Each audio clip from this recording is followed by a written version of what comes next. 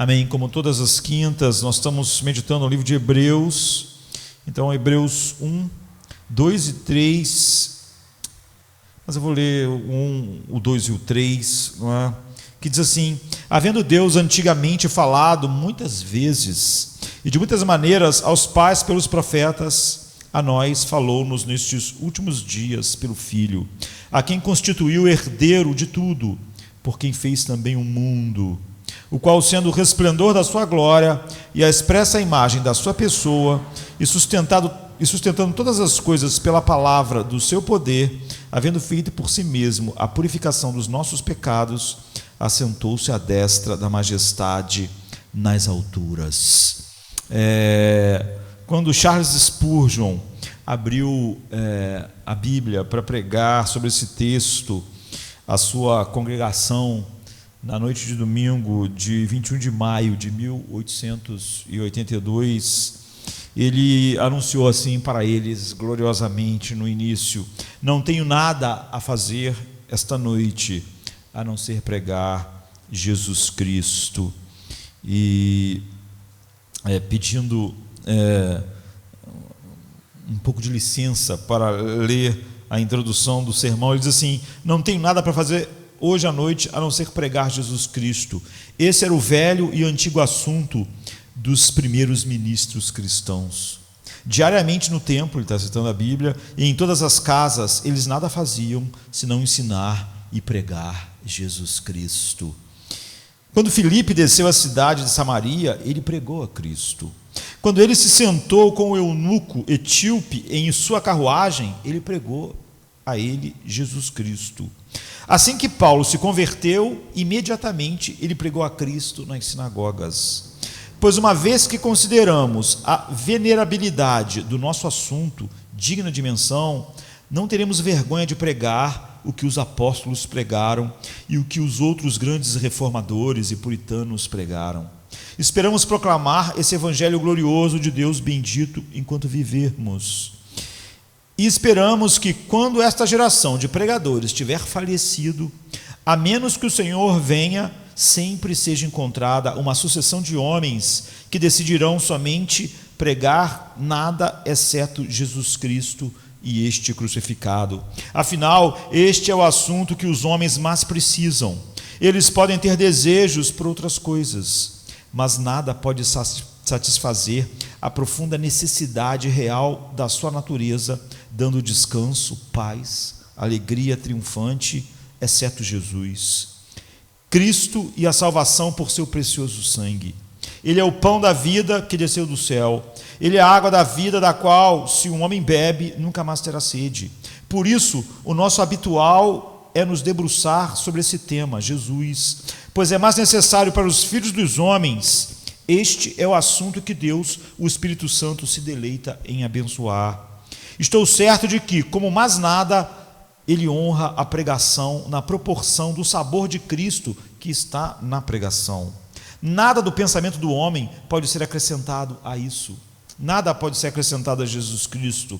Posso pregar muito sobre a igreja, mas o Espírito Santo não aceita e revela as coisas de Cristo para glorificar a igreja.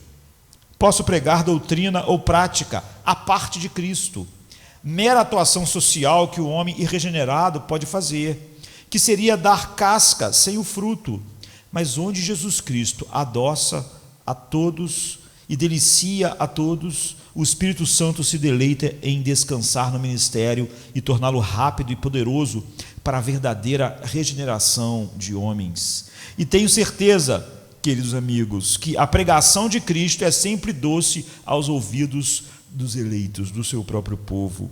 Seu nome é como um unguento derramado, como diz Cantares, portanto as virgens te amam. E esse tema é muito agradável a Deus o Pai, que gosta de ouvir seu Filho exaltado e adorado. Ele se deleita em seu Filho, e aqueles que se deleitam com ele são amigos de Deus. Quando Jesus Cristo é exaltado, é tudo o que Deus Pai quer. É como o Espírito Santo se deleita, e onde é esse o caso, podemos esperar ter selos para o nosso ministério e almas para a nossa alegria. Eu quero nesse momento, por assim dizer, deixar Jesus Cristo falar por si mesmo. Eu não posso falar por ele como ele pode falar por si mesmo. Devo segurar minha vela no sol como se ela precisasse para revelar a sua luz? Não, certamente não. E, portanto, tentarei com estudada clareza colocar o próprio texto diante de você e, por assim dizer, falar dele, para que você não se lembre tanto do que eu disse sobre ele, mas que se lembre do próprio Jesus. Meu tema é o Salvador, o único Salvador, o Salvador que deve salvar você, ou então você deve perecer, pois não há outro nome no céu dado entre os homens pelo qual devemos ser salvos. Estou prestes a falar dele e acho que todos os que estão cientes da necessidade de serem salvos só querem ouvir a respeito de Cristo e nada mais. E quem já é salvo só quer ouvir também a respeito dele. Quem quer ouvir sobre outra coisa jamais viu a Cristo. E querem saber como eles podem chegar até ele e como ele pode ser feito seu Salvador e deleite contínuo, só se desejam apenas ouvir sobre Cristo. E se eles puderem ser ensinados apenas sobre isso, ficarão felizes em ouvir e não desejarão ouvir mais nada. Então, primeiro eu vou falar sobre quem é o Salvador. Deixe-me ler o texto para você novamente. Seu filho, filho de Deus, a quem designou herdeiro de todas as coisas, por quem também fez os mundos, quem sendo o brilho da sua glória, a imagem expressa da sua pessoa, e sustentando todas as coisas pela palavra do seu poder, aquele é quem Jesus é. Então, em segundo lugar, falarei do que Jesus fez, quando ele por si mesmo expurgou os nossos pecados. Então, em terceiro lugar, quero lhe contar do que ele se deleita. Depois de terminar sua grande obra de salvação, ele sentou-se à direita da majestade nas alturas. Não é possível que qualquer idioma possa expressar completamente quem Jesus é. No entanto, pelo ensino gracioso do Espírito Santo, devo lhe contar o que sei dele. Primeiro, Jesus é o próprio Filho de Deus. O que eu sei sobre essa maravilhosa verdade de Deus? Se eu tentasse explicá-lo e falar sobre a filiação eterna, eu deveria conduzi-lo onde em breve eu ficaria completamente fora da minha capacidade e muito provavelmente afogaria tudo o que poderia lhe dizer em uma enxurrada de palavras. A divindade não deve ser explicada, mas adorada. E a filiação de Cristo deve ser aceita como uma verdade da revelação, a ser apreendida pela fé, embora não possa ser compreendida pelo entendimento. Houve muitos esforços dos pais da igreja para explicar o relacionamento entre as duas pessoas da Divina Trindade, o Pai e o Filho, mas é melhor que as explicações nunca tenham sido dadas, pois as figuras usadas podem levar a erros. Basta dizer que na linguagem mais apropriada do credo niceno, Cristo é Jesus Cristo. Agora ele está citando o credo: Filho unigênito de Deus, nascido do Pai antes de todos os séculos, Deus de Deus, luz de luz, Deus verdadeiro de Deus verdadeiro, gerado, não criado, consubstancial ao Pai. Por ele todas as coisas foram feitas, e por nós, homens, e para a nossa salvação, desceu dos céus e se encarnou pelo Espírito Santo no seio da Virgem Maria, e se fez homem. Também por nós foi crucificado sobre Pôncio Pilatos, padeceu e foi sepultado, ressuscitou ao terceiro dia, conforme as Escrituras, e subiu aos céus, onde está sentado à direita do Pai. E de novo há de vir em glória para julgar os vivos e os mortos, e o seu reino não terá fim. Esse é o fim do credo niceno, né? Ele é coigual ao Pai, embora distinto. Ele mantém o relacionamento mais próximo possível com o Pai, um relacionamento de intenso amor e deleite pelo que o Pai diz sobre ele: este é o meu Filho amado. Sim, ele é um com o Pai, de modo que não há como separá-los. Como ele próprio disse em resposta ao pedido de Filipe: mostra-nos o Pai. Acreditas em mim, que estou no Pai e o Pai em mim? Deixe-me parar aqui e dizer a todos que estão sendo levados pelo Espírito Santo à salvação, que conforto deve ser para você que ele, que veio salvar os homens, seja divino. Portanto, nada pode ser impossível para ele. Não digo apenas que ele é divino, irei mais longe e direi que ele é a própria deidade. Cristo Jesus é Deus, e sendo Deus, não pode haver impossibilidades, ou mesmo dificuldades com ele. Ele é capaz de salvar você, quem quer que você seja. Embora você tenha chegado à beira da ruína eterna, não pode ter ido além do alcance da onipotência. E a onipotência é inerente à sua divindade. Essa é a introdução, é o início do sermão de Spurgeon, pregado naquela noite. E é sobre isso que Hebreus é, não é? E nós, ao olharmos para o livro de Hebreus, estamos olhando para Cristo diretamente. Você vê, essas pessoas estavam sendo perseguidas, sofrendo, sendo desprezadas. Você podia pensar que elas tinham 1000 problemas de perseguição, de morte, de cadeia, de serem condenadas à morte, e que elas precisavam, cada uma de uma coisa diferente. Por quê? Porque as pessoas são diferentes, têm temperamentos diferentes, elas precisavam era de terapia, não é? Mas você vê essas pessoas sobre essa pressão incrível e terrível aflição, precisavam de uma visão grande de Cristo. Porque, sendo Ele a onipotência, como o Spurgeon está falando no início do sermão, não há nada que aquelas pessoas estivessem precisando que não tivessem em Cristo. Elas precisavam de alegria, elas precisavam de paz, elas precisavam de força, elas precisavam não temer a morte, elas precisavam de deleite no coração. O que elas precisavam? E o que elas precisavam que não haveria em Cristo? Era necessário acrescentar alguma coisa a Cristo? Jesus diz assim em João 16,15: o Espírito Santo, Ele tomará do que é meu e revelará a vocês. Não há nada que o Espírito Santo venha nos revelar ou nos dar que não seja Cristo.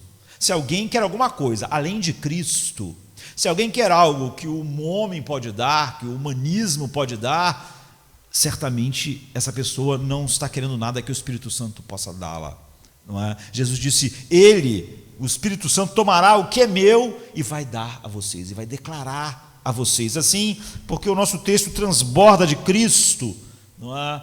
Esse início logo de Hebreus, nós podemos esperar que o prazer e as bênçãos da Trindade estejam sobre nós, que temos a graça de ter os corações restaurados para contemplar Cristo.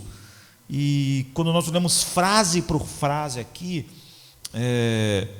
você pode ver que o grande tema desses versículos iniciais é como se fosse um pequeno gosto do que é todo o livro. O grande tema é a supremacia de Cristo como a palavra final de Deus.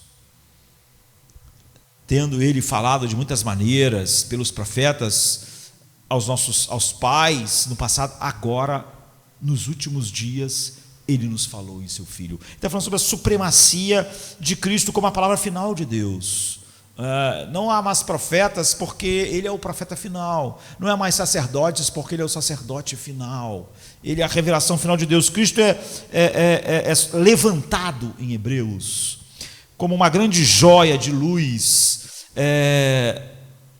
Como quando você bota uma joia na luz do sol, não é? Jesus é colocado como uma grande joia à luz do sol da revelação de Deus. E à medida que a luz passa por essa joia que é Cristo, 7 facetas brilham com um brilho cintilante aqui. E nós atribuímos a essas facetas nomes para ser mais facilmente seguidas e assimiladas. A princípio eu pensei em pegar 7 sermões nesse versículo 2 e 3, mas não sei o que farei, mas hoje eu quero olhar assim o todo. Aqui diz, numa sucessão de palavras, ou na luz que está refratando, né, nessa joia em várias cores, diz que Ele é o herdeiro, Ele é o Criador. Jesus é o herdeiro, Jesus é o Criador, Jesus é o sustentador, Ele é o radiador, Ele é o brilho da glória do Pai, Ele é o representante, Ele é o purificador, Ele é o governante. Isso tudo foi dito num fôlego só pelo autor de Hebreus. Aquelas pessoas que estavam sofrendo, aquelas pessoas que estavam sendo jogadas na cadeia, aquelas pessoas que perderam casas, bens, estavam sem meios de sustento adequado, aquelas pessoas que estavam sob perigo de morte, o que elas precisavam? Precisavam disso. Eu lembro que no primeiro sermão, já há um tempo atrás, nós falamos sobre Aslan dizendo para Lucy: não, eu não cresci, você cresceu, e quanto mais você cresce, você vive maior. Tudo que eles precisavam, e o livro de Hebreus é sobre isso, é ter uma visão maior de Cristo. E primeiro, então, essa supremacia cósmica, que nós podemos olhar cada uma dessas coisas que dariam facilmente para um sermão separado. Ele é o herdeiro, então é natural que o escritor aqui enfatize primeiro que Cristo, o Filho, o Deus Filho, é herdeiro, porque os filhos naturalmente são herdeiros. A relação é totalmente diferente. Sempre que a gente usa a linguagem humana, nós vamos ter dificuldade, já que os filhos herdam quando os pais morrem, e os filhos tiveram existência depois dos pais. Mas aqui nós estamos falando sobre as duas pessoas da Santíssima Trindade, que nunca tiveram início, começo, nem fim. Mas o texto flui naturalmente da filiação para a herança. Então, o 2a diz assim: mas nesses últimos dias, que é o que compreende da primeira vinda de Cristo até o fim, não é? Até a sua volta, ele nos falou por seu Filho, a quem designou herdeiro de todas as coisas. Como ele falou Filho, a primeira coisa que ele colocou é isso. O escritor, ao declarar que Jesus é o herdeiro de todas as coisas, identifica ele também conscientemente como o ungido, não é? O Messias, o Filho do Senhor, no Salmo 2, a quem diz assim: peça e eu farei as nações a tua herança, e os confins da terra a tua possessão, no Salmo 2,8. Nós sabemos que esse versículo está na mente do autor de Hebreus, quando ele faz essa menção, porque o Salmo 2,7 é citado como referência a Cristo no versículo 5, nós estamos no 2 e 3. Logo aqui na frente, você vê que ele está com o Salmo 2 diante dele, assim. Ele diz que Jesus é especificamente o herdeiro da terra, dos povos da terra e, na verdade, do universo inteiro. Que todo o universo existe para e por Cristo. Isso é o imenso escopo da herança de Cristo, vem das suas funções duplas. Então, abrange todas as coisas, conforme Hebreus 2, 5 e 9 diz, e que nós vamos ver quando chegarmos lá. Então, esse imenso escopo da herança de Cristo vem das suas funções duplas como Criador e Redentor. Ele é o dono de tudo, é o herdeiro de todas as coisas, todo o cosmo, toda a criação, porque Ele é o Criador e porque Ele é o Redentor. Não é? O apóstolo Paulo diz assim: toda a criação geme, esperando a revelação dos filhos de Deus. Jesus, tudo é dele porque Ele criou tudo, e tudo é dele porque Ele redimiu, e ao redimir os eleitos, toda a criação vai experimentar o transbordar dessa redenção. Então, como Criador do universo, Ele é o seu herdeiro natural. Paulo faz uma dramática referência a isso em Colossenses 1,16, um dos textos mais maravilhosos, não é? Que a nossa mente vai ter acesso. Diz assim: todas as coisas foram criadas por Ele e para Ele. Diz assim: porque nele foram criadas todas as coisas que há nos céus e na terra, visíveis e invisíveis, sejam tronos, sejam dominações, sejam principados, sejam potestades, tudo foi criado por Ele e para Ele. Então, tudo no universo tem o seu propósito e destino no herdeiro Jesus Cristo. Não há nada que você veja no universo que tenha um propósito que não seja Cristo. Por isso que não é difícil, como o Spurgeon estava começando a pregar, como o autor de Hebreus começou, mostrando que tudo era a respeito da visão verdadeira que você tem de Cristo. Você pode lidar com qualquer coisa, porque tudo é a respeito de Cristo. Todo no universo tem o seu propósito e o seu destino em Cristo. É por isso que no grande sofrimento era o que eles receberam. Em vez de o autor me falar assim: como cada um está recebendo isso, conte-me cada um a sua história, para me fazer pensar no que é necessário para cada um de vocês separadamente, dependendo da história de vocês, do passado de vocês, da família de vocês, dos sofrimentos de vocês. Não, ele diz assim: todos vocês precisam da mesma coisa, precisam de uma visão grande de Cristo. Então, Romanos 11:36 tem a mesma ideia, que nos diz que tudo na obra da criação é para Ele. para Ele são todas as coisas. Então as Escrituras são claras, não é? Tudo no universo físico e é por Ele, para Ele, e vai se consumar nele como herdeiro de toda a criação. E tudo no universo espiritual também, todas as coisas. Então, além da herança natural, como Criador e como Redentor, Ele também ganhou uma vasta herança das almas renovadas por meio do seu trabalho expiatório de reconciliação na cruz. O incrível é quando diz que Ele é o herdeiro de todas as coisas, a Bíblia coloca como aquilo que Ele herda de mais precioso em todo o cosmo, aquilo que Ele herda são os eleitos. E isso é uma verdade impressionante, para dizer o mínimo. O autor de Hebreus está dizendo o seguinte: se vocês soubessem, se vocês contemplarem o fato de que, apesar de Jesus ser o herdeiro de todas as coisas, por criação e redenção, a possessão especial dele são vocês, então todas essas outras coisas aí vão passar a ser coisas leves e momentâneas. E é isso que vocês precisam.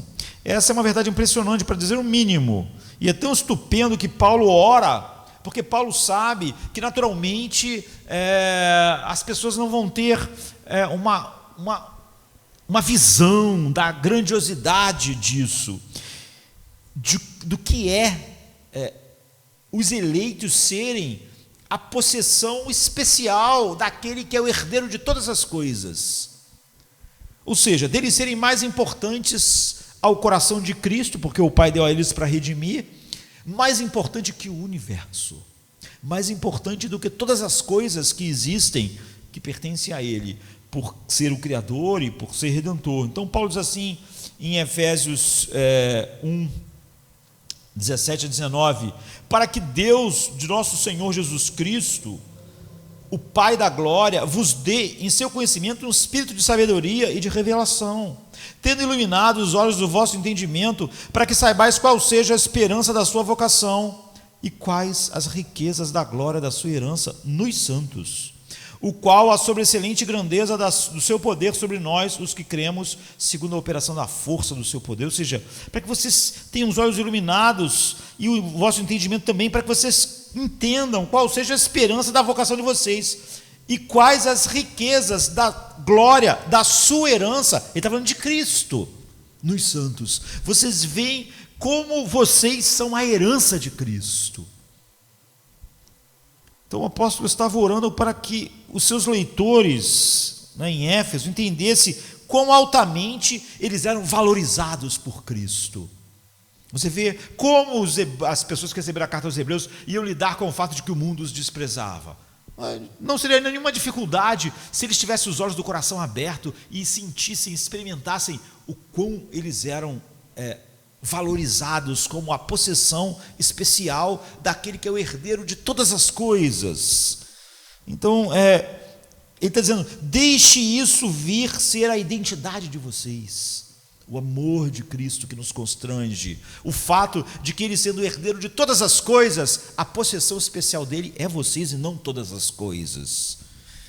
Deixe isso ser a alegria de vocês, deixe isso ser o prazer de vocês, deixe isso ser o deleite de vocês, deixe isso ser a força de vocês, e até que, se vocês não chegarem ainda a derramar o sangue, mas se tiverem que deixar, se vocês deixarem isso ser o deleite, o prazer, a força, a alegria, a identidade, então vai estar tudo bem. Pense nisso. Jesus é o herdeiro de todos os céus e todos os mundos incontáveis, mas nós somos o seu tesouro. Os remidos valem mais que o universo inteiro. É uma declaração estupenda, tanto com Paulo, quanto aqui no autor de Hebreus. Nós devemos estar radiantes, delirando com essa verdade. É por isso que os filhos de Deus que realmente enxergam a verdade, eles têm uma alegria indizível e cheia de glória.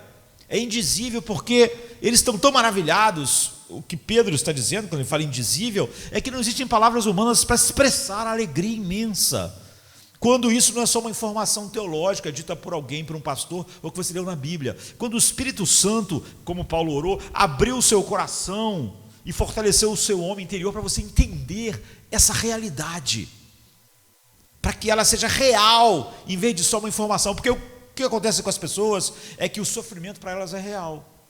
O Império Romano perseguindo eles era real. A vida deles que podia morrer era real. E para a maioria das pessoas, Jesus não é real. E aí eles falam sobre ele, eles cantam sobre ele, eles dizem crer nele, mas ele é menos real. Ele seria como se fosse áudio, mas o sofrimento é vídeo, entendeu? A pessoa está vendo, a pessoa tem áudio e vídeo, é mais real. E Jesus é menos real para essas pessoas. Jesus não é real de fato como a dor é real, como o desprezo é real, como a cadeia é real. Então, elas vão dizer que, apesar de Cristo ser tudo isso, elas... E essa é a oração, é por isso que ele vem de falar com essas pessoas, essas pessoas mandam recados sobre a perseguição, sobre a morte, e ele manda uma carta sobre Cristo. E é por isso que Paulo diz que não pregaria outra coisa a não ser Cristo. E é isso que Spurgeon disse: eu vou falar sobre Cristo. Não porque nós achemos que, apesar de outras coisas, Cristo é o dever simplesmente da gente falar, é porque Cristo é suficiente para essas coisas todas que eles estavam experimentando. Então, na carta aos Romanos, nós somos chamados de herdeiros de Deus e co-herdeiros ou companheiros herdeiros de Cristo, em Romanos 8,17. E se nós somos filhos, somos logo herdeiros, também herdeiros de Deus e co-herdeiros de Cristo, se é certo que com ele padecemos, para que também com ele sejamos glorificados. Isso era tão importante para eles, não é? Eles estavam sofrendo, porque Cristo, e somente Cristo é herdeiro de todas as coisas, e nós vivemos nele, somos então herdeiros. Todas as coisas são suas, diz Paulo. Todas as coisas, porque tudo é vosso, seja o mundo, seja a vida, seja a morte, seja o presente, seja o futuro, tudo é vosso, e vocês de Cristo, e Cristo de Deus. 1 Coríntios 3, 21, 23. Então, a quem constituiu herdeiro de tudo, por quem fez também o mundo. Então você vê, essa é a primeira brilho de uma luz que passa da revelação perfeita de Deus fluindo de Cristo. Como eu disse, eu dava 7 sermões. A segunda coisa é que ele é o Criador, tendo introduzido assim a superioridade do Filho como herdeiro de todas as coisas. Ele que é a expressão perfeita, final da revelação do Pai, agora nos últimos tempos ele nos falou em seu Filho, que é o herdeiro de todas as coisas. E também, a segunda coisa, ele introduziu ele como filho, por isso como herdeiro, e o pensamento naturalmente se move para a sua supremacia como Criador. E diz, por meio de quem ele também criou o mundo. Versículo 2b. Então a palavra usada aqui para mundo, é aionas, que literalmente é eras, não é criou um mundo, é um termo muito abrangente do que é a nossa tradução, né? O termo aionas que ele usa, e se encaixa notavelmente bem com o que nós sabemos agora sobre o universo imenso e em expansão que nós vivemos. O bispo Westcott, que morreu em 1901, mas ele foi um editor conhecido, um escritor importante, e ele, por exemplo, em 1881 lançou a edição crítica textual do Novo Testamento no grego original, até hoje uma obra importante. Ele define assim aionas, que é a palavra que é usada aqui como a soma dos períodos de tempo, incluindo tudo o que se manifesta neles e através deles.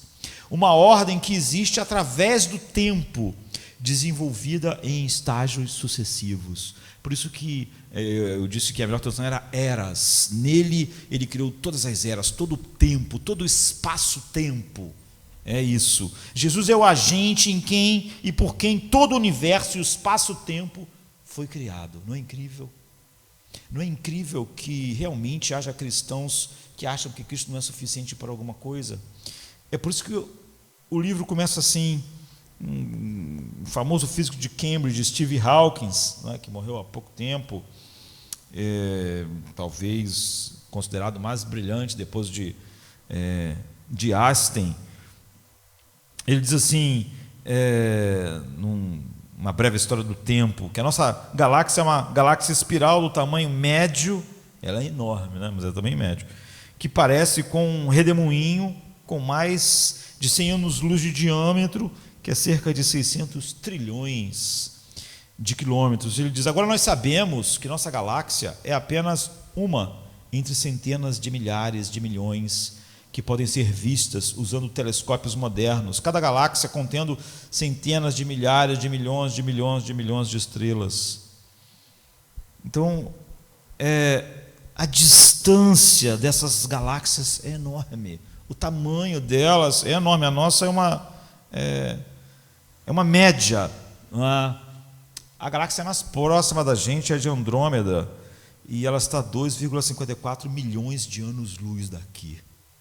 Essa é a galáxia mais próxima do nosso aglomerado de galáxia. É um grupo de galáxias de cerca de 50 galáxias, o grupo que a nossa galáxia pertence. Imagine então essas 50 galáxias, é um tamanho ínfimo, né, do universo. Então,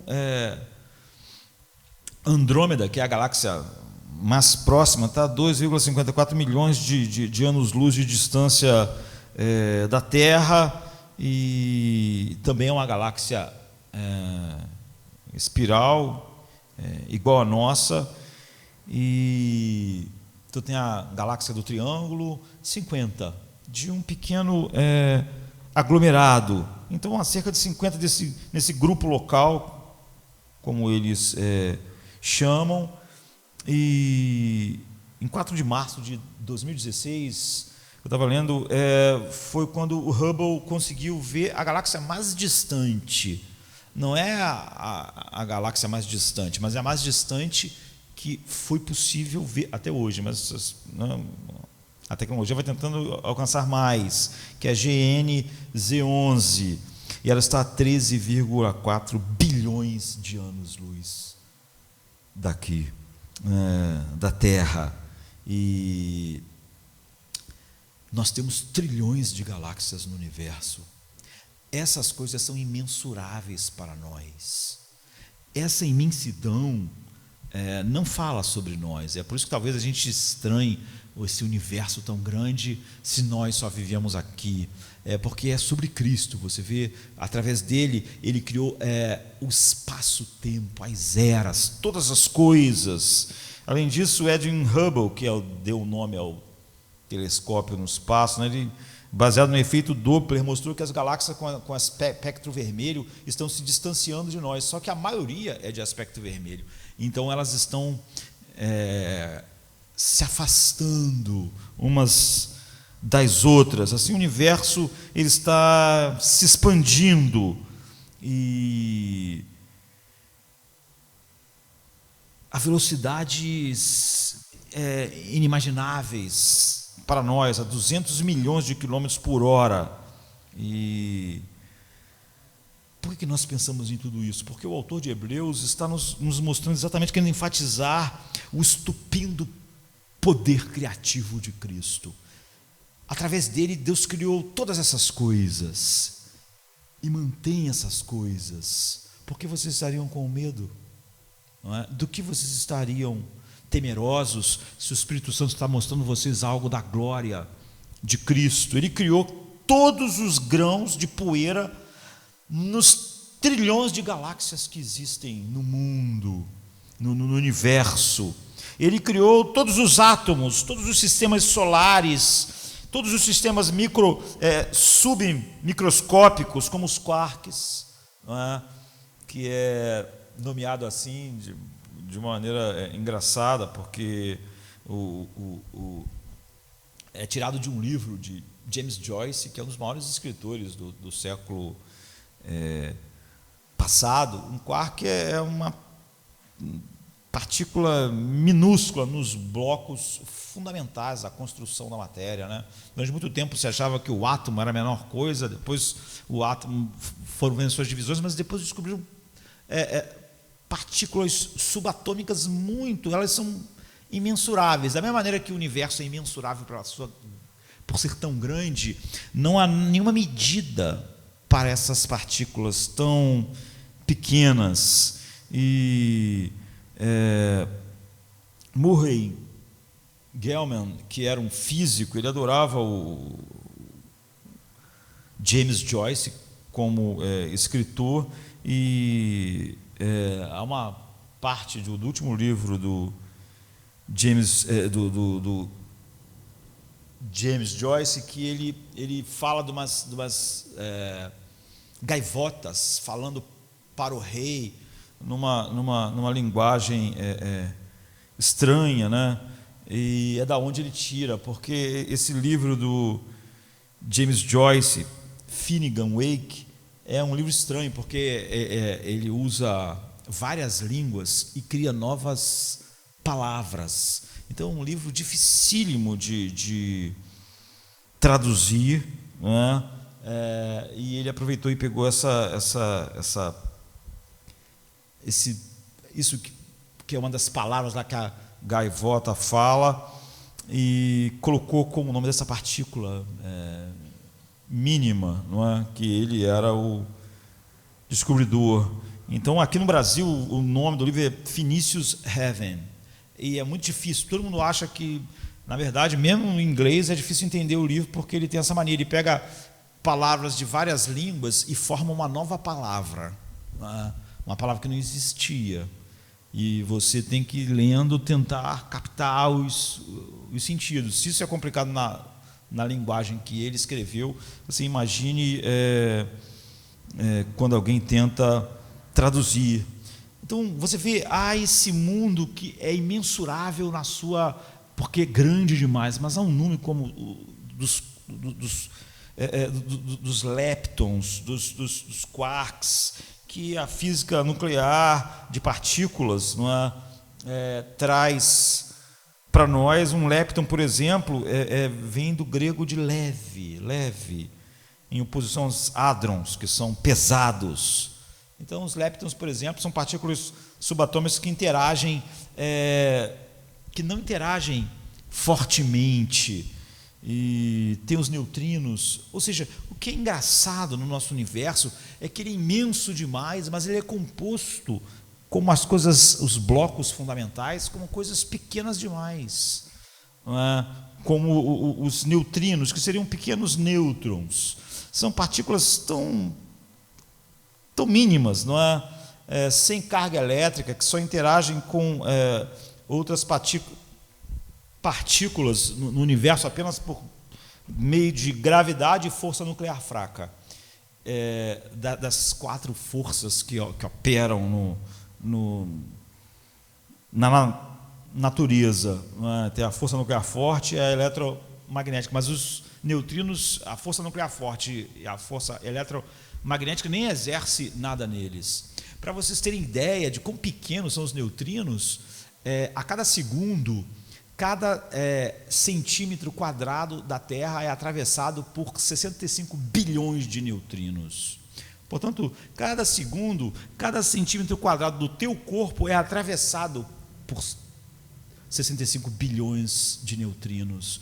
Mas eles são as coisas que estão dando forma a tudo, não é? Essas coisas pequenas. Então, você vê, é conhecido por essas características de serem extremamente difíceis de serem mensurados, a ponto de que toda a nossa tecnologia não consegue mensurar ele por ser pequeno demais. E nós não conseguimos mensurar o universo por ser grande demais. Então você vê essa complexidade, esses neutrinos que atravessam os nossos corpos a cada segundo, aos bilhões, atravessam de tão pequenos, eles vêm do Sol. E eles têm esse tamanho que você não consegue mensurar. Essa é a realidade estupenda e ricamente elaborada na mente infinita de Cristo, no universo que Ele criou. É isso que a palavra em grego está querendo dizer. Ele criou todas as eras, Ele criou o espaço-tempo. E todas as coisas foram feitas através dEle, e sem Ele nada do que foi feito se fez, de João 3. No entanto, para nós existe um Senhor Jesus Cristo, através de quem são todas as coisas e através de quem existimos. 1 Coríntios 8:6. Ou, pois dele, através dele e para ele são todas as coisas. Glórias sejam, pois, dadas a ele eternamente. Amém. Romanos 11:36. Ou Colossenses 1:16, como nós lemos, pois por ele todas as coisas foram criadas, no céu e na terra, visíveis e invisíveis, sejam tronos ou domínios, ou governantes, ou autoridades, potestades, anjos, demônios. Todas as coisas foram criadas através dele e para ele. Tudo foi criado por ele, tudo que é corporal, tudo no mundo físico, no espaço-tempo, tudo substancial, todas as coisas. O autor de Hebreus está dizendo, se vocês conhecerem Cristo, você vê, é como a gente falou no início de Aslan, ele não vai crescer, mas vocês vão ver ele cada vez maior. E ele coloca a terceira coisa, sustentador, mas ele não é apenas o criador, o filho, não é? O herdeiro, o criador, mas ele coloca a quarta coisa, ele é sustentador. Ele sustenta o universo pela palavra do seu poder. Verso 3c. Ele não está apoiando, ele não sustenta o universo inteiro, o cosmo inteiro.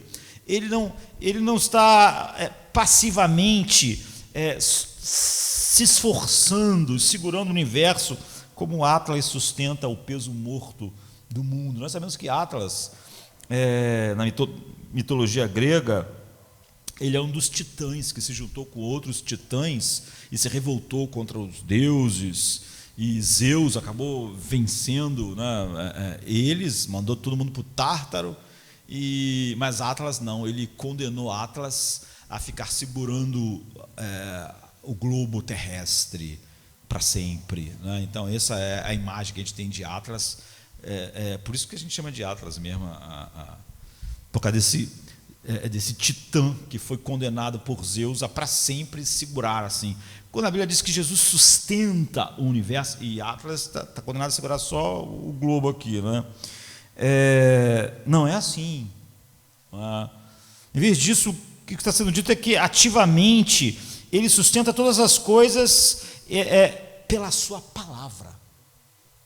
E o escritor aqui é muito, muito específico. Eu já disse que o grego de Hebreus é o mais difícil, mas é também o mais elaborado, E ele não usa logos ou logotipos, a palavra que é usada no sentido de revelação, no sentido porque tem esse sentido, acabou tendo um sentido filosófico também de sentido, mas a palavra que ele usa aqui, em vez de ser essa palavra que é revelação, ele usa a palavra rema, que é a palavra falada, ao contrário de logos. Então, o que está dizendo é o seguinte: o universo foi chamado à existência por uma palavra falada e é sustentada pela palavra falada do Filho. Talvez não tenha nada a ver com como o Atlas segura. Então, o hino de Colossenses, da criação, ele é antes de todas as coisas, e nele todas as coisas se mantêm unidas. Você vê neutrinos, leptons, essas coisas mínimas, que a gente estava falando, e as coisas, esses blocos que formam as coisas enormes, a palavra falada dele mantém as coisas unidas. Ele mantém todos esses quarks, leptons, do microcosmo, pela misteriosa força elétrica Coulomb, que é misteriosa porque ninguém sabe direito, é a lei de Coulomb, que é um físico francês, que diz assim: a força elétrica da ação mútua entre duas cargas elétricas puntiformes tem intensidade diretamente proporcional ao produto das cargas e inversamente proporcional ao quadrado da distância que as separa. A explicação é um pouco difícil, mas a realidade dessa força é mais difícil ainda. Mas ele criou e mantém, e ele sustenta as galáxias no universo assim, através dessas coisas mínimas, essas coisas imensas, pela palavra do seu poder. Então, a imensa superioridade de Cristo. O autor de Hebreus, o livro de Hebreus é para mostrar a superioridade de Cristo, era tão acima das aflições que eles estavam experimentando, das dificuldades, das lutas. O que eles precisavam era ter uma visão grandiosa de Cristo. Nós não podemos criar, queridos, o menor pedacinho de poeira. O ser humano não consegue criar uma mosca. Quando a gente consegue fazer um robozinho se mexer de um jeito assim, que é uma porcaria perto de uma mosca, nós nos achamos sofisticados. Olha só essa coisa, olha como faz isso. Todo dia estava vendo uma face, só a face, que é o robô, é só a face. Aí levou assim, tempão, uma tecnologia enorme para aquilo parecer um rosto humano, mas quem olhava para aquilo pensava, meu Deus, não é? Mas nós achamos tudo incrível, grandioso. Nada que a gente faz, o ser humano não consegue fazer uma célula viver, não consegue fazer uma célula, não consegue fazer nada. Nós não podemos criar o menor pedacinho, não podemos criar uma mosca, mas ele criou o universo. É o que o autor de Hebreus está dizendo. Ele pode fazer o que nunca podemos fazer, material e espiritualmente. Os hebreus, as pessoas que receberam a carta aos hebreus, precisavam desse Jesus, ver esse Jesus de verdade, precisavam ter aquele coração que Paulo falou, fortalecido no homem interior, para contemplarem esse Cristo. Ele pode criar em nós puros corações, como Davi ora no Salmo 51:10, cria em mim um puro coração. Ele pode. Ele criou o universo inteiro pela palavra do seu poder. Ele pode, tanto no universo físico, manter todas as coisas juntas, como no universo espiritual, fazer todas as coisas. De fato, ele pode nos transformar em novas criações. Portanto, se alguém está em Cristo, ele é uma nova criação. O velho faleceu e eis que o novo chegou, de 2 Coríntios 5,17. Ele pode fazer isso ex nihilo, ou seja, do nada. Ele não criou o universo a partir de alguma coisa. Todas essas coisas, essas complexidades físicas, ou essa dificuldade enorme que é a física quântica, né? Ele criou todas essas coisas, mantém todas essas coisas, todas essas forças funcionando, e ele fez isso do nada. E ele também pode criar uma nova pessoa, um novo coração, uma nova mente, não é? Ele tem esse poder imenso. O grego aqui é ainda mais emocionante, não é? Quando fala que nós somos uma criação nova desse mesmo Criador de todas as coisas. Então não há nada em sua alma que esteja além do poder criativo de Cristo. Não há nada na alma humana que esteja além do poder criativo dele, de paz, de gozo, de alegria, de descanso. Apesar de cada vez menos cristãos, entre aspas, acreditarem nisso. Tudo que aquelas pessoas lá precisavam era uma visão grandiosa de Cristo. Você não é uma exceção à criatividade dele. Pastora, os meus dramas, os meus problemas da minha família, você não é uma exceção à criatividade de Cristo. Nenhum daquelas pessoas que recebeu a carta aos hebreus era uma exceção. Nenhum deles era uma dificuldade, uma impossibilidade. Ele era capaz de fazer eles triunfarem, mesmo que eles tivessem que ser mortos por causa do Evangelho. Então, você não é uma exceção, por mais singular. Nós sempre queremos particularizar o nosso problema. Nós sempre achamos que o nosso caso é único, que o nosso caso é particular, que o nosso caso é diferente. Mas o senhor tem que entender que no meu caso, a pessoa quer contar o caso dela, porque ela realmente acredita que há, no caso dela, uma exceção à criatividade infinita de Cristo. Ela acha que no problema dela há uma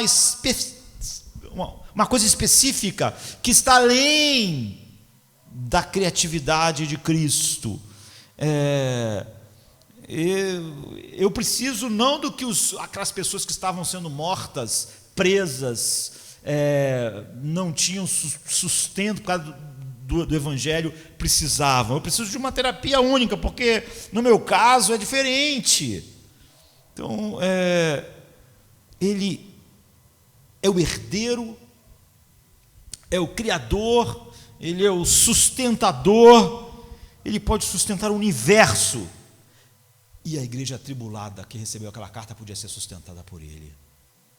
Porque se alguém acreditar realmente que ele não pode sustentar a igreja, por mais tribulações que ela esteja enfrentando, como eles estavam, essa pessoa nunca viu Cristo. É por isso que a revelação de Deus através dele é final. É por causa dessa supremacia. Jesus é adequado para tudo. Não importa qual será a história que vai ser contada, Jesus é adequado para isso, para essa paz, para essa alegria, para esse gozo.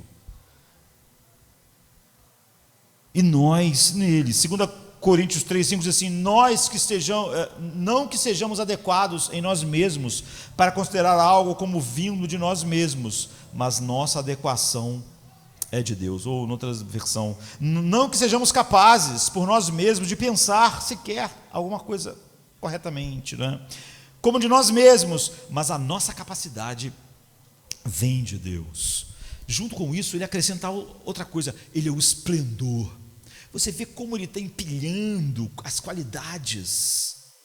Certamente essas 7 coisas que ele coloca aqui não está esgotando o que Cristo é, mas ele é o esplendor. Essa é a 4ª faceta da superioridade do Filho, e que expõe brilhantemente sua relação com Deus Pai. Ele é o esplendor da glória de Deus, ele é o brilho da glória de Deus. Verso 3a, a tradução, há uma tradução que fala que ele é a radiância, e algumas pessoas falam que ele é a reflexão. Nós temos que ter cuidado quando estamos transportando para a nossa língua, porque há uma vasta diferença. Então, é tão diferente quanto é a função do Sol e da Lua no nosso sistema solar. A Lua reflete a luz do Sol, enquanto o Sol irradia a luz. Jesus não é a lua de Deus. Ele não reflete a glória de Deus. Ele não é um espelho da glória de Deus. E dependendo da palavra que é usada em português, em algumas versões, é isso que parece, que ele reflete essa glória. Ele irradia a glória de Deus, como o sol irradia a luz, e não reflete. Jesus não reflete a glória do Pai, ele é parte da glória, ele é a glória. Isso foi mostrado, por exemplo, no momento da transfiguração. Diz assim: suas roupas ficaram radiantes, intensamente brancas, como ninguém na terra poderia branquear. Marcos 9:3. Era a sua própria glória essencial, mas também a glória do Pai. É isso que é maravilhoso. Foi isso que cegou Paulo na estrada de Damasco, porque Paulo é uma testemunha ele viu Cristo ressuscitado, ele viu a glória, ele não teve uma visão, não são como as visões de Daniel. Paulo viu com os olhos físicos essa glória, em Atos 9, 13, 22, 6. E é por isso que o credo niceno, como Spurgeon estava mencionando, já que o credo fala muitas coisas desse início de Hebreus, diz: Jesus Cristo, Filho unigênito de Deus, nascido do Pai antes de todos os séculos, Deus de Deus, luz de luz, Deus verdadeiro de Deus verdadeiro, gerado, não criado, consubstancial ao Pai. Por ele todas as coisas foram feitas, e por nós, homens.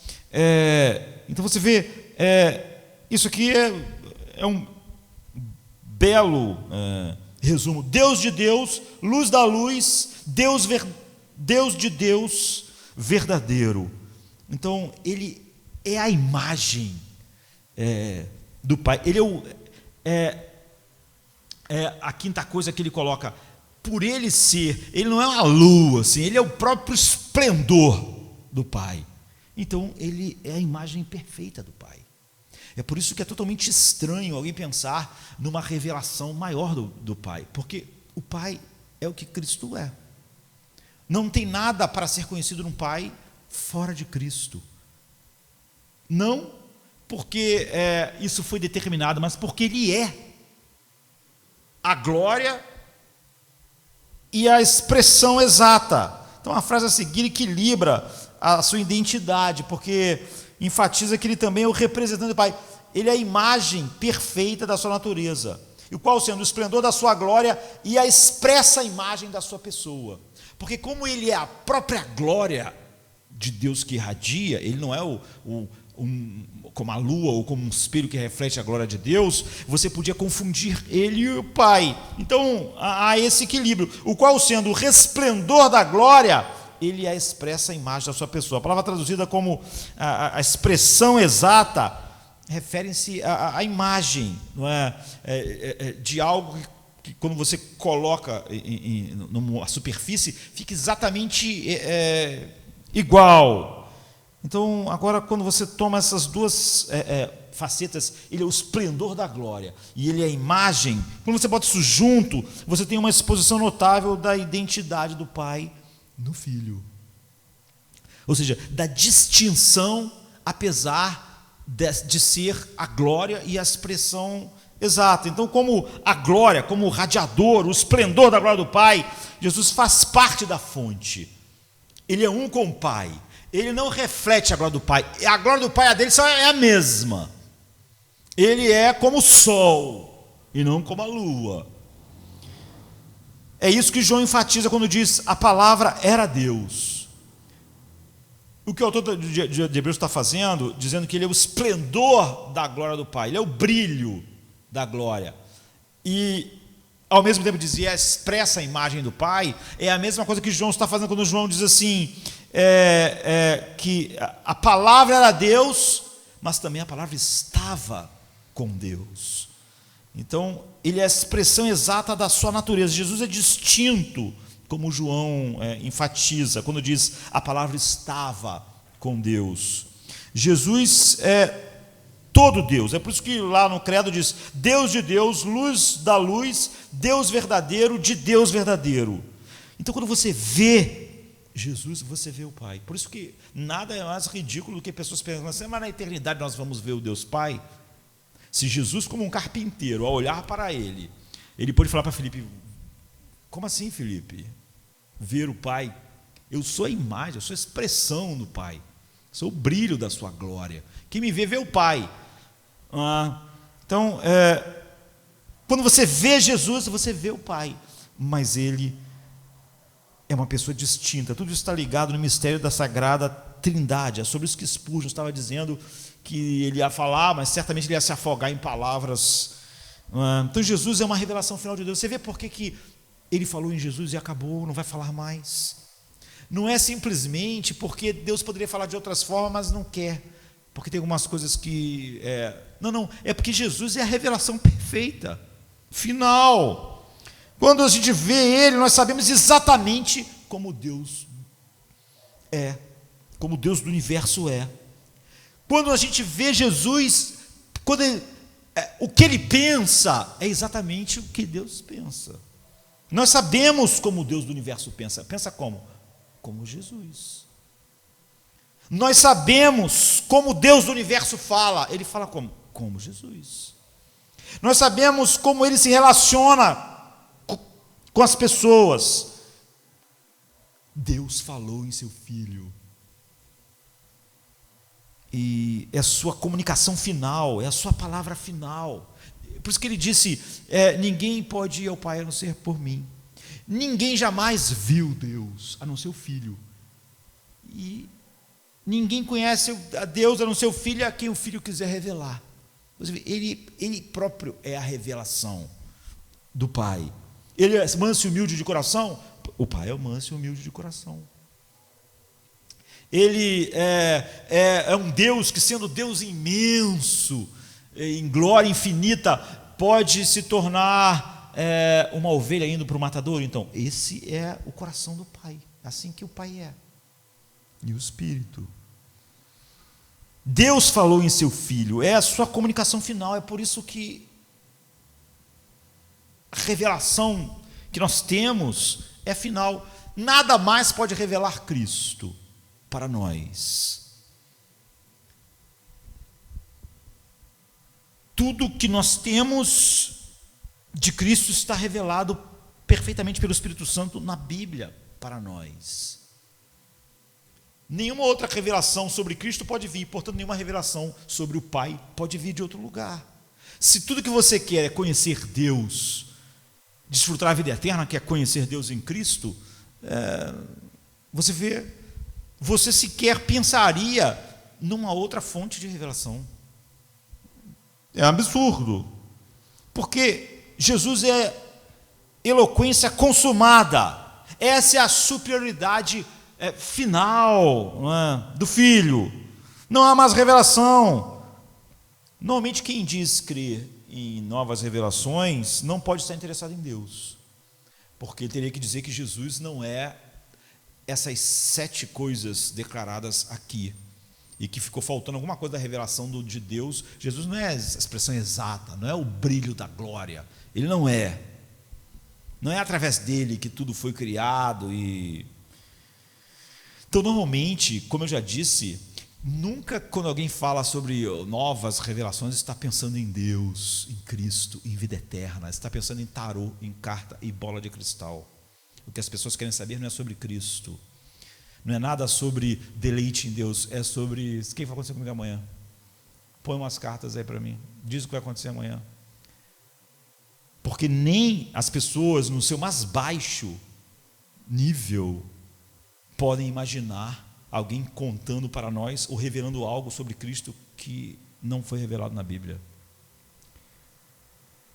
E depois vem a supremacia sacerdotal.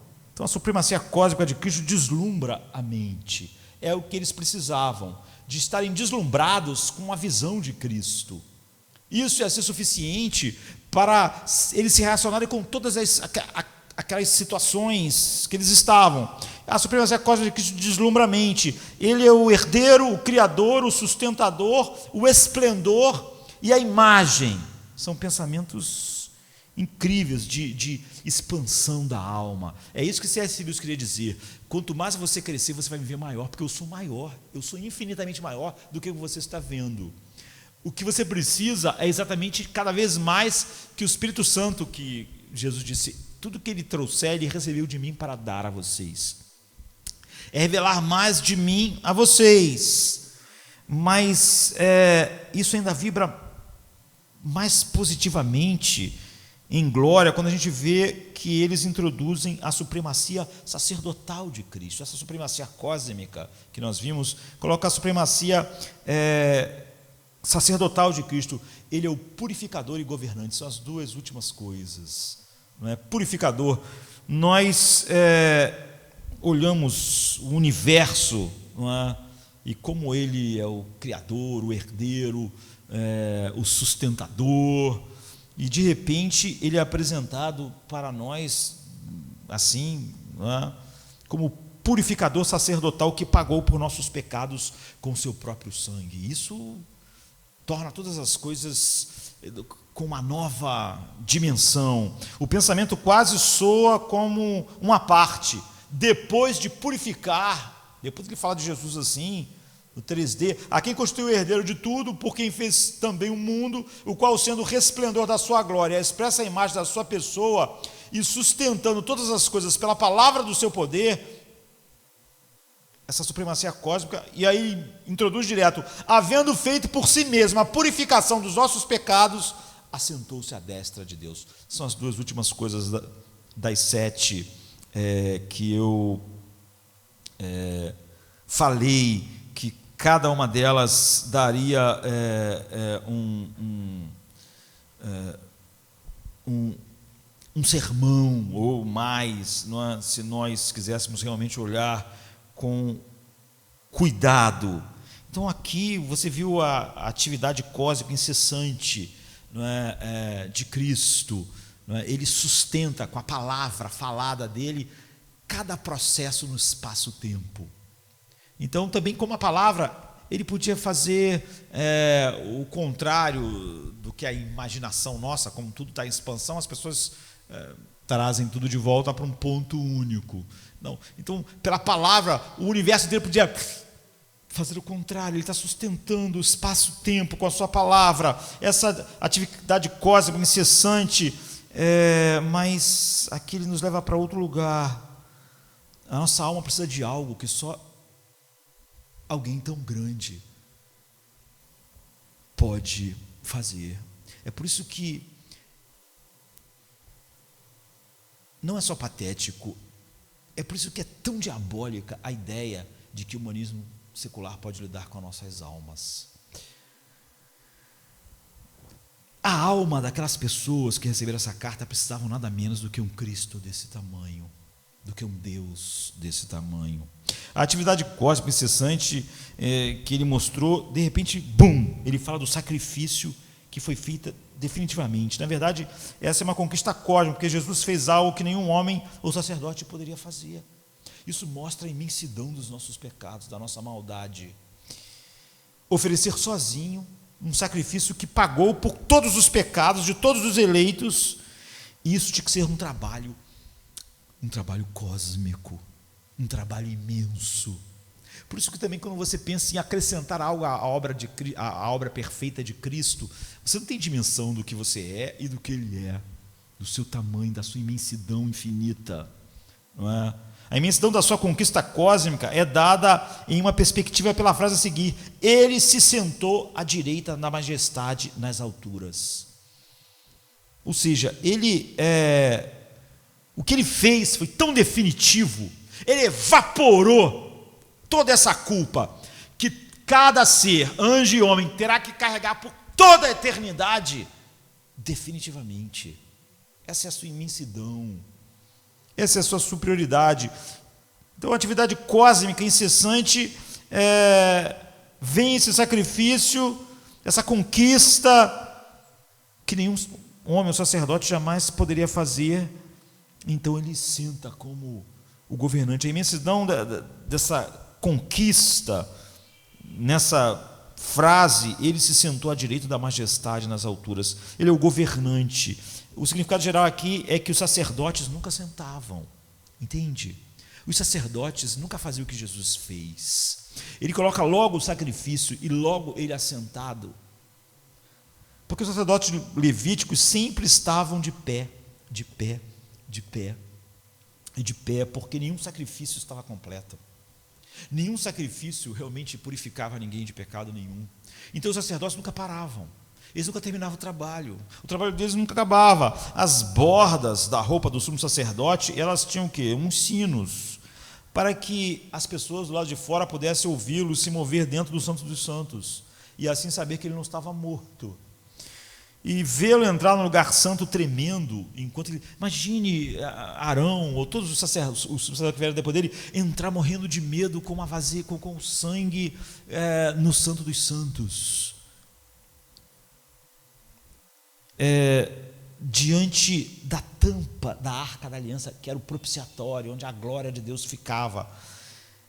Lá eles entravam assim apavorados, ano após ano, sumo sacerdote após sumo sacerdote, pois o trabalho nunca era realizado, nunca era terminado, nunca havia um fim, nunca podia se sentar e dizer acabamos o trabalho. Mas Jesus, um sumo sacerdote da ordem de Melquisedeque, sentou-se, diz assim em Hebreus 10, vamos avançar, né? A gente vai chegar lá depois, Hebreus 10, 11 e 12, e todo sacerdote fica diariamente a seu serviço, oferecendo repetidamente os mesmos sacrifícios, que nunca podem tirar pecados. Mas quando Cristo ofereceu para sempre um único sacrifício pelos pecados, sentou-se à destra de Deus na altura. Você vê, é a mesma coisa que ele falou lá no início. Você vê, a diferença é que ele terminou esse Deus, filho, esse Deus imenso, essa supremacia cósmica. Não, da cruz ele gritou, está consumado, como está em João 19:30, e depois ele se sentou para sempre. O trabalho colossal de Jesus de salvar todos os eleitos foi feito naquele dia. E o trabalho colossal de Jesus sublinha a blasfêmia absoluta que é nós pensarmos de que nós podemos de alguma maneira completar o que ele fez, acrescentar algo que ele fez. Existe apenas um caminho para a pureza, é o sangue de Cristo. Existe apenas um caminho que nos dá um novo coração, que nos dá uma alegria indizível e cheia de glória, que nos dá todas as coisas que ele disse, ele tomará de mim e dará a vocês. O Espírito Santo é tudo que o Espírito Santo faz, tomar de mim e dar a vocês, só o que é meu. O único caminho para a justificação em seu sangue, como Paulo diz, mas agora a justiça de Deus se manifestou à parte da lei, embora a lei e os profetas deem testemunho dele. A justiça de Deus pela fé em Jesus Cristo, para todos os que creem. Romanos 3, 21 e 22. Por fim, há o significado final de Jesus sentado à destra de Deus, e essa é a sua exaltação dominante. Isso foi profetizado no Salmo 110, verso 1, que diz: o Senhor diz ao meu Senhor: senta-se à minha direita, até que eu faça dos seus inimigos o escabelo dos seus pés. Você vê, nos últimos dias, o Pai falou em seu Filho. É por isso que o autor coloca todas essas coisas. Vocês acham que ainda vai vir algum profeta? Algum sacerdote? Alguma coisa? Algum rei? Ele é o rei, ele é o profeta, ele é o sacerdote, ele é o revelador, ele é a imagem, ele é o purificador. Ele sentou-se. Os sacerdotes nunca sentam. Enquanto na terra Nosso Senhor aplicava o salmo assim mesmo, Jesus aplica esse salmo, ele mesmo diz assim em Lucas 22, 69: de agora em diante o Filho do Homem estará sentado à direita do poder de Deus. A mão direita é o lugar de honra. Paulo diz assim em Efésios 4:10: aquele que desceu é aquele que também subiu muito acima de todos os céus, para que possa encher todas as coisas. E novamente Paulo diz em Filipenses 2, 9 e 10: portanto Deus o exaltou soberanamente e concedeu-lhe um nome que está acima de todo nome, para que ao nome de Jesus todo joelho se dobrasse no céu, na terra e debaixo da terra. Nós ousamos mencionar alguma coisa? Os hebreus podiam mencionar alguma dor, sofrimento e aflição para a qual Jesus não seria adequado, para a qual não seria suficiente, para a qual a sua mente, que não só criou o espaço-tempo, galáxias e leptons e neutrinos e a força que mantém todas essas coisas, é a palavra do seu poder, há alguma coisa que eles estivessem que estariam além desse escopo? Há alguma paz que eles precisavam que estariam além dessa grandiosidade? Nós devemos, pelo bem das nossas almas,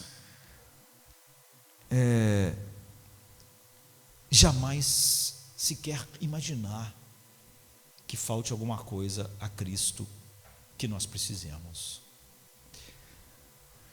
E aqui nessa suprema exaltação à direita de Deus, a Bíblia diz: Ele intercede por nós. Agora, então, o que pode estar contra nós? Paulo pergunta: quem pode condenar os eleitos de Deus? Quem pode fazer uma acusação? Eles teriam que achar uma brecha em Cristo, uma falha nele, uma falha na sua obra como sacerdote, uma falha no seu poder, uma falha na sua capacidade criativa de criar um novo coração, de dar a paz que ele é, uma falha em ser o esplendor do Pai, uma falha em ser a exata expressão do Pai. Teriam que achar uma falha para poder acusar os eleitos. Então Paulo responde triunfantemente: Cristo, Jesus, é quem morreu.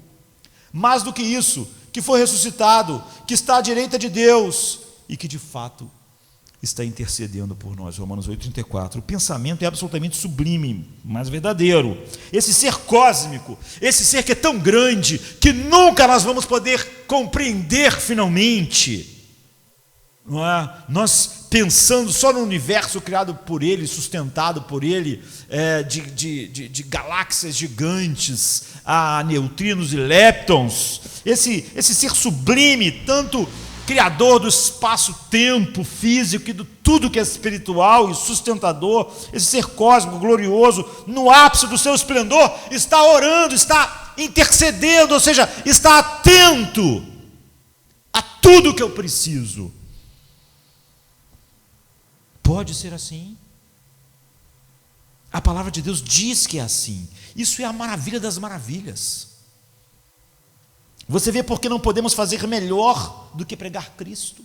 Você vê porque Spurgeon, quando começou a pregar sobre esse texto, disse: a única coisa que eu posso fazer é pregar Cristo. Quando Paulo diz que vai pregar Cristo este crucificado, você vê, é porque o homem não precisa de nada mais do que isso. Nem você, nem eu, em nenhuma situação da vida. Não importa se as pessoas que receberam a carta dos Hebreus estavam morrendo, sendo desprezadas, sendo presas, elas tinham o suficiente se tivesse uma visão de Cristo. Ele é a palavra final. Se você está esperando de Deus alguma coisa que não é Cristo, você não está esperando, você está ofendendo Deus. Se você ora a Deus, se você só pode orar a Deus em Cristo. Se você tenta ou pensa poder orar a Deus, você tem que ir através de Cristo, para dizer que Cristo não é suficiente, você está cometendo a maior ofensa possível ao coração de Deus, ao Pai. O que pode ser adicionado à eloquência dessa cétupla supremacia do Filho? Se o livro de Hebreus fosse só esses 3 primeiros versos, eu e vocês teríamos razões para vivermos triunfantemente em qualquer situação, e eles também. Mas o livro de Hebreus não tem só 3 versos. O que pode ser adicionado? Como alguém pode pedir mais revelação, mais poder, mais graça ou mais alguma coisa? Esse é Cristo, é Ele que é dado, essa supremacia cósmica, o Filho de Deus, o esplendor da sua glória, a sua imagem, o sacerdote, o sustentador. Ele é o herdeiro, e como Criador, Ele é o herdeiro do universo, e como Redentor, Ele comprou nossas almas para sempre, como sua herança pessoal, de tal maneira que, como nós vimos Paulo, nós precisamos de um coração alargado para entendermos o que é ser essa herança, ser a coisa mais valiosa para Ele no universo, do que o universo inteiro. Nossa identidade não vai mendigar por qualquer bobagem que a gente mesmo fica dizendo para a gente no espelho, para ter uma autoestima, ou para a glória de ser a herança de Cristo, é a que forma a nossa identidade. Nada que possa acontecer no nosso mundo, nem no nosso corpo, nem que as pessoas possam fazer, abalam a nossa identidade, a identidade daquelas pessoas para quem a carta aos Hebreus é escrita. Você não precisa de uma dosezinha, de alguma regrinha, de algum palestrante para conseguir achar alguma autoestima para viver, para enfrentar os problemas da vida. Isso é ridículo. Não funciona para o mundo, mas é blasfemo para nós, que conhecemos a verdade. Ele é o herdeiro como Criador, Ele é o herdeiro do universo como Redentor. Ele comprou nossas almas como herança pessoal, como Criador. Ele criou trilhões de galáxias.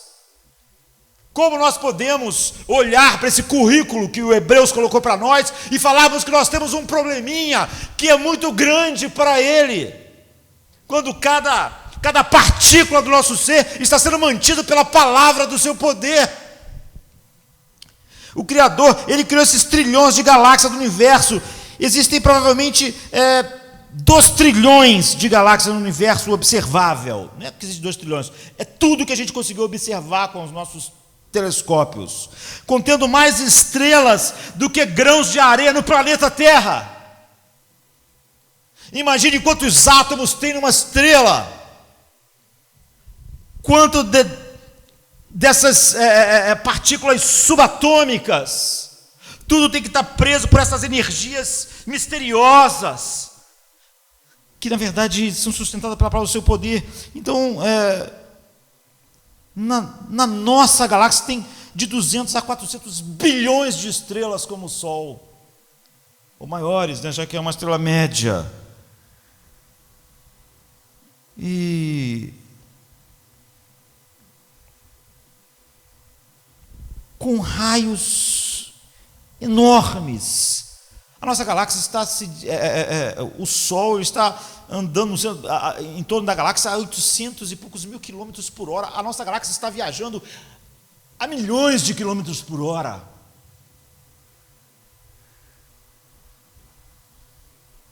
É impressionante.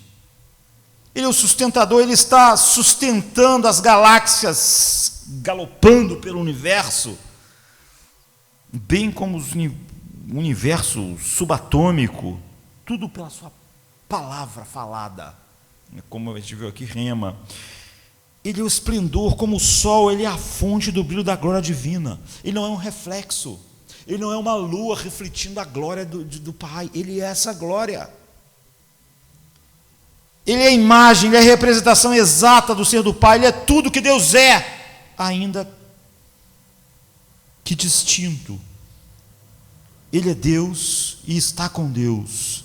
Ele é o sacerdote, é o purificador, ele é o sacrifício cósmico que pagou pelo pecado de todos os eleitos. Ele podia, se assim fosse a vontade do Pai, purificar o pecado de vários universos, porque uma gota do seu sangue vale mais do que vários universos que pudessem ser criados.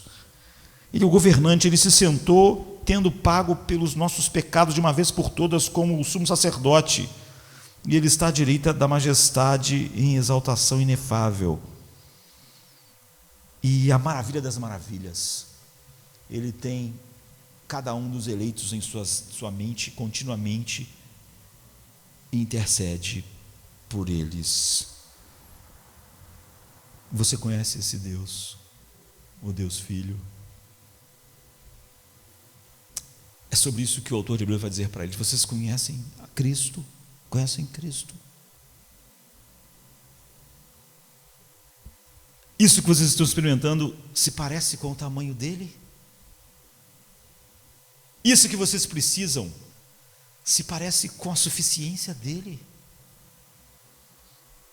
A eloquência dele falou com o teu coração? Aquilo que Paulo disse, que o Deus desse século cega os homens exatamente para não ver essa glória, mas em nós, o Pai disse: haja luz, e então nós vimos a glória, a sua glória na face de Cristo. Você conhece esse Filho? A eloquência dele falou com você? Então ele será a palavra final de Deus para você em todas as situações. E não há mais nada que Deus tenha a dizer para você, a não ser Ele, Cristo.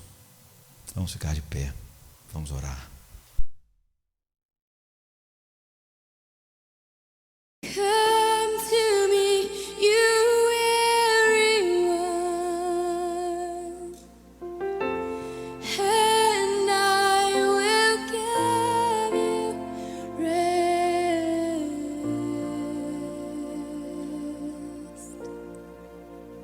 I will give you